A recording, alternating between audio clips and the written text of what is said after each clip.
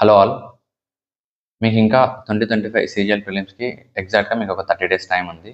So, ఈ 30 డేస్‌లో ఏమేమి చేయాలి అనే దాని గురించి ఈ వీడియోలో డిస్కస్ చేస్తాను. సో, ఫస్ట్ ఆఫ్ ఆల్ ఏంటి అంటే మార్క్స్ అన్నమాట. మీరు ఇప్పటివరకు మార్క్స్ రాసినా, రాయకపోయినా, ఎందులో రాసినా, ఎలా రాసినా కూడా మీరేంటంటే ఇప్పటి నుంచి 1 మంత్ ఈ 30 డేస్‌లో మీరు 2024లో జరిగిన SSC CGL prelims previous year marks అన్నీ రాయాలి మీరు. డైలీ 1 రాస్తే మీకు 31 మార్క్స్ మీరు రాసేయగలరు ఇప్పటి నుంచి స్టార్ట్ చేసినా కూడా. సో, 2024 మార్క్స్ రాస్తూ మీరేం చేయాలంటే పేపర్‌ని అనలైజ్ చేయాలన్నమాట. అంటే లైక్ మీరు ఎక్కడ చేయలేకపోతున్నారు, ఏ క్వెషన్స్ చేయలేకపోతున్నారు, అవి మీరు అనలైజ్ చేసి ఆ కాన్సెప్ట్స్ మీద మీరు ఫోకస్ చేయడానికి ట్రై చేయండి. ఓకేనా? సో, ఇప్పుడు మీరు మ్యాథ్స్ ఎలా చేయాలో చెప్తాను చూడండి. సో, ఫర్ ఎగ్జాంపుల్ మీరు మాక్ రాసేసారు. మాక్ రాసేసాక ఒక 30-40 మినిట్స్ అనలైజ్ చేయండి పేపర్‌ని. సో, మ్యాథ్స్‌లో 25 క్వెషన్స్ ఉంటాయి. సో, 25 క్వెషన్స్‌లో మీరు 22 క్వెషన్స్ చేస్తూ 3-4 క్వెషన్స్ చేయలేకపోతూ ఉంటే, ఆ 3-4 క్వెషన్స్ యొక్క కాన్సెప్ట్‌ని నేర్చుకోవడానికి ట్రై చేయండి. ఓకేనా? లేదు అంటే క్లాసెస్ చూడడానికి ట్రై చేయండి. ఆ 3-4 క్వెషన్స్ యొక్క క్లాసెస్‌ని. సో, మీరేం చేయాలి అంటే ఓన్లీ టఫ్ క్వెషన్స్‌ని మాత్రమే మీరు సెపరేట్ డైరీ ఒకటి మెయింటైన్ చేసి, ఆ డైరీలో రాసుకోవడానికి ట్రై చేయండి. సో దట్ ఏంటి అంటే మీరు ఎగ్జామ్‌కెళ్ళే ఒక 3-4 డేస్ ముందు ఈ కాన్సెప్ట్స్ అన్నీ ఆర్ ఈ టఫ్ క్వెషన్స్ అన్నీ మీరు సాల్వ్ చేస్తే మీకు కొంచెం ఫైనల్ ఎగ్జామ్‌లో కూడా మీకు కొంచెం హెల్ప్ అవుతుందన్నమాట. సో, మీరేం చేయాలి అంటే కాన్సెప్ట్స్‌ని మీరు ఎక్కడి నుంచి నేర్చుకోవాలంటే మ్యాథ్స్ కాన్సెప్ట్స్ కింగ్ అని ఒక బుక్ ఉంది. మీకు ఆల్రెడీ నేను ప్రీవియస్ వీడియోస్‌లో నేను బుక్ యొక్క లింక్ కూడా పెట్టాను. సో, ఈ ఈ వీడియో కింద కూడా నేను పెడతాను. ఒకసారి ట్రై చేయండి. సో, మ్యాథ్స్ కాన్సెప్ట్ కింగ్‌లో మీకేంటి అంటే ఓన్లీ ప్యూర్ కాన్సెప్ట్స్ ఉంటాయన్నమాట. లైక్ అరిథమెటిక్ కావచ్చు, అడ్వాన్స్ కావచ్చు. సో, మీరు ఎక్కడైతే చేయలేకపోతున్నారో, ఏవైతే కాన్సెప్ట్స్ మీరు రావో, ఆ కాన్సెప్ట్స్ కింగ్‌ని మీరు ప్రతిసారి రివిజన్ అనేది చాలా ఇంపార్టెంట్ అనమాట. మీరు పదే పదే రివిజన్ చేస్తూ ఉండాలి ఆ కాన్సెప్ట్స్‌ని.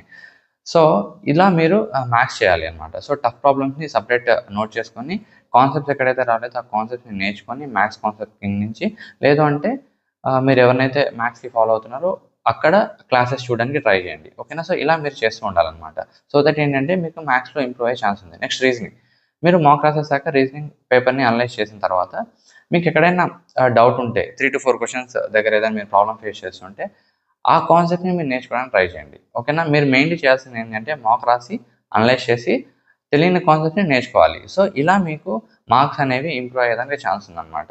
సో, ఇది కాన్సెప్ట్. ప్లస్ ఇంకోటేంటంటే మీ దగ్గర ఏదన్నా రీజనింగ్ క్లాస్ నోట్స్ ఉంటే ఆ రీజనింగ్ క్లాస్ నోట్స్‌లో కాన్సెప్ట్‌ని మీరు రివైజ్ చేయడానికి ట్రై చేయండి.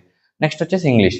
ఇంగ్లీష్ మీరేం చేయాలంటే ఈ 30 డేస్‌లో ఇంగ్లీష్‌లో ఉండే ప్రతి కాన్సెప్ట్‌ని లైక్ పార్ట్స్ ఆఫ్ స్పీచ్‌లో నౌన్, ప్రొనౌన్, వర్బ్ ఈ ఈ పార్ట్స్ ఆఫ్ స్పీచ్‌లో ఉండే కాన్సెప్ట్స్ మొత్తాన్ని రివిజన్ చేయడానికి ట్రై చేయండి. సో, ఒక 3-4 డేస్‌కి ఒక కాన్సెప్ట్ పెట్టుకోండి. లైక్ 3-4 డేస్‌లో నౌన్ కాన్సెప్ట్స్ అన్ని రివైజ్ చేసుకోవడానికి ట్రై చేయండి. తర్వాత ఇంకో నెక్స్ట్ 3-4 డేస్‌లో ప్రొనౌన్ కాన్సెప్ట్స్. నెక్స్ట్ 3-4 డేస్‌లో వర్బ్ కాన్సెప్ట్స్.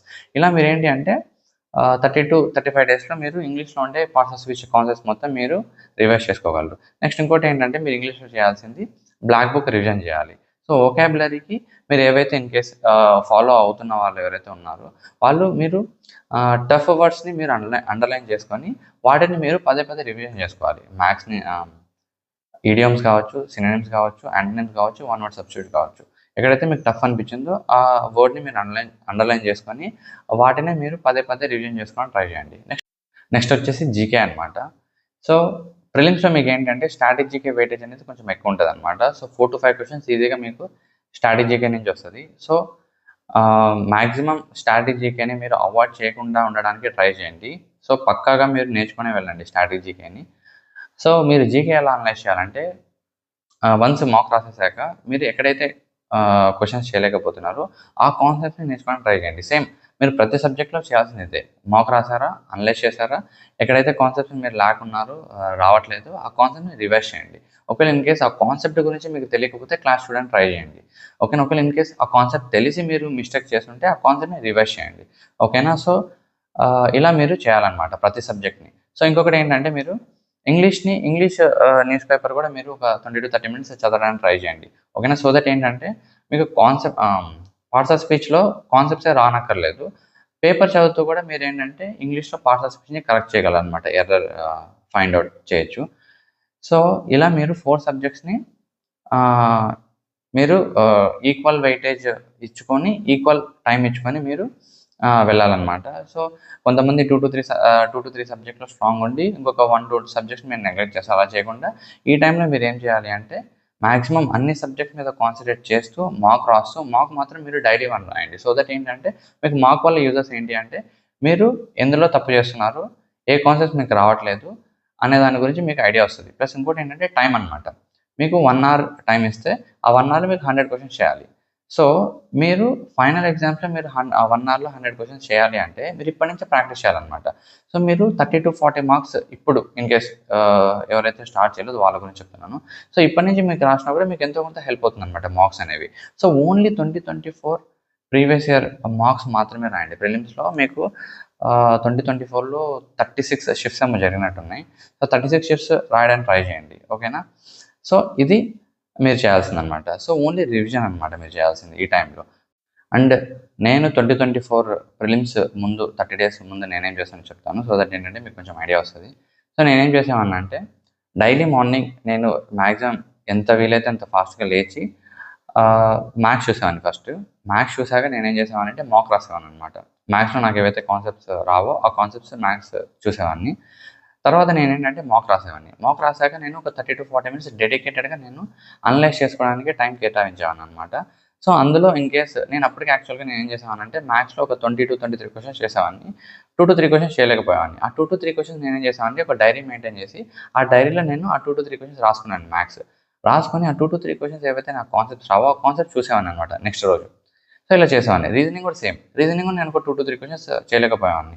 ఆ 2-3 క్వెషన్స్ నేను డైరీలో రాసుకొని ఆ కాన్సెప్ట్‌ని నేను నెక్స్ట్ రోజు నేను చూసేవాడిననమాట. నెక్స్ట్ ఇంగ్లీష్ కూడా.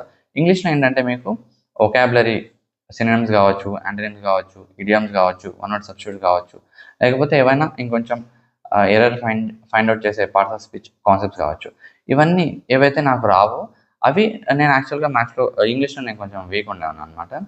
నేను అప్పుడు యాక్చువల్‌గా ఒక 5-6 క్వెషన్స్ నేను అటెంప్ట్ చేయలేకపోయేవాడిని. సో, ఆ క్వెషన్స్ అన్ని నేను సెపరేట్ డైరీ మెయింటైన్ చేసి నేనేం చేసేవాడినంటే ఆ క్వెషన్స్ యొక్క సొల్యూషన్‌ని లైక్ కాన్సెప్ట్‌ని నేను నెక్స్ట్ రోజు చదివేవాడిననమాట. Next GK.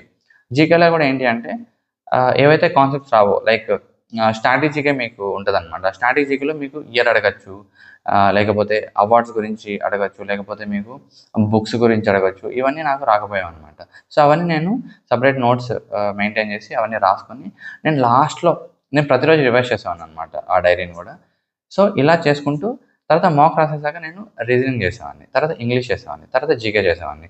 తర్వాత నేను వొకాబులరీ నాకు ఏవైతే రావట్లేదో అది బ్లాక్ బుక్ నుంచి నేను రివైజ్ చేసేవాడిని. ఇలా నేను ప్రతి ఒక్క సబ్జెక్ట్స్‌కి నేను మాక్సిమం టైమ్ ఇచ్చేవాడిననమాట. ఈక్వల్‌గా టైమ్ ఇచ్చేవాడిని. తర్వాత నేనేం చేశానంటే లాస్ట్ 30 డేస్‌లో నేను చాలా వరకు స్టడీకే కేటాయించాననమాట. సో, ఇప్పటి వరకు మీకు మార్క్స్‌లో 110, 120 వస్తున్నా కూడా మీరు హోప్ అనేది మీరు వదులుకోకుండా మీరేంటంటే లాస్ట్ డే వరకు లైక్ మీకు ఇంకా 30 డేస్ టైమ్ ఉంది. సో, ఇన్ కేస్ మీకు ఆగస్ట్ 13థ్ నుంచి స్టార్ట్ అయ్యి మీకు 30థ్ వరకు జరుగుతదనమాట. ఇన్ కేస్ కొంతమందికి లాస్ట్‌లో కూడా పడొచ్చనమాట షిఫ్ట్‌లు. సో, అందుకే లాస్ట్‌లో పడితే మీకు ఇంకొంచెం టైం దొరుకుతది. సో, అందుకే మీరేంటంటే టైం అనేది వేస్ట్ చేసుకోకుండా ఈ 30 డేస్‌లో మాక్సిమం ఎంత వీలైతే అంత చదువుకోవడానికి ట్రై చేయండి. సో, పుష్ చేయండి. మీకు మాక్సిమం లిమిట్‌ని పుష్ చేయండి. సో, నాకు కూడా ఏంటంటే 110, 120 వచ్చేవన్నమాట 30 డేస్ ముందు. నేనేం చేసేవాడినంటే మాక్సిమం టైంని నేను స్టడీకే కేటాయించాను లాస్ట్‌లో. సో దట్ ఏంటి అంటే నాకు మార్క్స్ అనేవి గ్రాడ్యువల్‌గా ఇంక్రీజ్ అవ్వడం స్టార్ట్ అయ్యాయన్నమాట. ఒక 2-3 మార్క్స్ నాకు ఈజీగా ఒక అట్‌లీస్ట్ నాకు ఒక 2-3 మార్క్స్ ఇంప్రూవ్ అయ్యాయన్నమాట. సో, అలాగా నేను 110 నుంచి 110, 120 ఆ రేంజ్ నుంచి నాకు 140, 145 రేంజ్‌కెళ్ళేవాడినన్నమాట. సో, ఇంకొకటి ఏంటి అంటే కొంతమంది మాక్ రాస్తారు. మాక్ రాసి 110 మార్క్స్ వస్తే డిసప్పాయింట్ అవుతారు. అదే 140, 150 వస్తే కొంచెం హ్యాపీగా ఫీల్ అవుతారు. సో, మీకు మార్క్స్ బట్టి మీ మూడ్‌ననేది డిసైడ్ చేసుకోకండనమాట.